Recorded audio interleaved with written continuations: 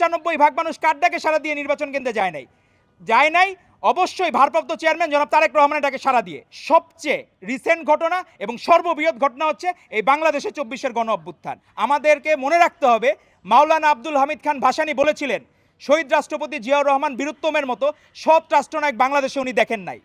সেটিকে আমাদের ধারণ করতে হবে, হৃদয়ে ধারণ করতে হবে। সকলে যারা রাজনীতি করেন, আমার কাছে মনে হয় নতুন যারা রাজনৈতিক দল, তাদের অনেকটা ক্ষমতার মোহ, টাকার মোহ বা অনেকটা ধরা যায় নাই লিপসি, এগুলোর মধ্যে তারা ঢুকে পড়েছেন। সেগুলো থেকে বের হতে হবে। আপনি ভালো দিকটুকু আমাদের গ্রহণ করেন, আপনারা কোনোদিন তো অ্যাপ্রিসিয়েট করলেন না। আজকে দেখলাম বিভিন্ন জায়গায় নিউজ করছে এনসিপি, জামায়াতে ইসলাম আর বিএমপির পারস্পরিক তুলনা দিয়ে। আপনি যখন তুলনা দিবেন তখন আপনি একটু উল্লেখ করে দিয়েন বিএমপির আয়তন কতটুকু। শহীদ রাষ্ট্রপতি জিয়াউর রহমান বীরুত্তম যে জাতীয়তাবাদের বীজ বপন করেছেন, সেই বীজের ধারণ ক্ষমতা কতটুকু আপনি সেটি মেনশন করে দেন। বাংলাদেশের আপনার 95% মানুষ গত 7ই জানুয়ারি ডামি নির্বাচন বয়কট করেছে। হাসিনা হাজার চেষ্টা করেছে, কিন্তু 5 ভাগের বেশি মানুষ সে নিতে পারে নাই।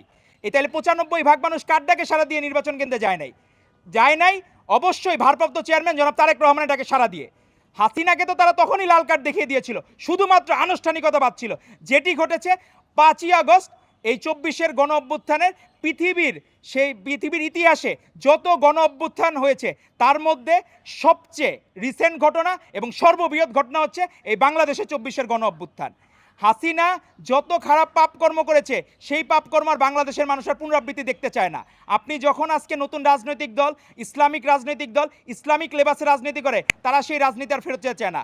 আমাদেরকে ধারণ করতে হবে শহীদ রাষ্ট্রপতি জিয়াউর রহমান বীরুত্তম কিভাবে রাজনীতি করতেন। উনি নিজে 2টি আইটেমের বেশি তরকারি দিয়ে কখনো ভাত খান নাই। উনি নিজে রাষ্ট্রীয় সফরে কোনো গিফট তার কোষাগারে জমা ছিল সেটা ফেরত দিয়েছেন। ভালো দিকগুলো আমাদেরকে বলতে হবে, বাংলাদেশি জাতীয়তাবাদের ভালো দিকগুলো আমাদের প্রচার করতে হবে। সেইখানে কিন্তু কোনো আলাদা নাই, ধর্মের কোনো রং বর্ণ ভেদ নাই। আপনি ইসলাম যে করে, হিন্দু যে করে, বৌদ্ধ, খ্রিস্টান, প্রত্যেকেই বাংলাদেশের নাগরিক, প্রত্যেকেই বাংলাদেশি এবং প্রত্যেকের ভাষা হচ্ছে বাংলা। সেটিকে ধারণ করে আমাদেরকে এগিয়ে যেতে হবে। এবং আজকে আমরা এই বাংলাদেশ মেডিকেল বিশ্ববিদ্যালয়ের প্রাঙ্গণে আমরা যে নিম গাছ রোপণ করছি, আপনি শুনলে অবাক হবেন। যখন এই 24-এর গণ অভ্যুত্থানে 5ই আগস্টের আগে 3রা আগস্ট সাধারণ মানুষ এখানে আশ্রয়ের জন্য ভিতরে ঢুকেছিল, সেখানে ফ্যাসিস্ট লীগের দোসর ডাক্তাররা পর্যন্ত, যার দায়িত্ব মানব সেবা করা, সে মানব আহত করেছে, তার দ্বারা মানুষজন হতাহত হয়েছে। আজকে তার চিহ্ন আপনারা দেখতে পারবেন রয়ে গেছে। RICL TMX, যুগের পর যুগ স্থাপনা থাকে মজবুত। সেই জায়গায় এই নিম গাছের আবার কিছু ওষুধি গুণাগুণ আছে, সে কারণে মানুষের অসুখ বিসুখও কম হবে। এবং আমরা এই হাসপাতাল প্রাঙ্গণে এটি আমরা বপন করলাম যাতে সেখানে সাধারণ রোগীরাও যাতে তার কিছু সুফল ভোগ করতে পারে। আমাদের রাজনীতি জনগণের উন্নয়নের জন্য, জনগণের ভালোর জন্য।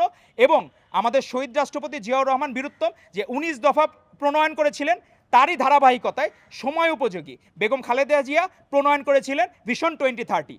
তারই ধারাবাহিকতায় সাম্য মানবিক বাংলাদেশ বিনির্মাণের জন্য আমাদের ভারপ্রাপ্ত চেয়ারম্যান জনাব তারেক রহমান রাষ্ট্র মেরামতের 31 দফা প্রণয়ন করেছেন।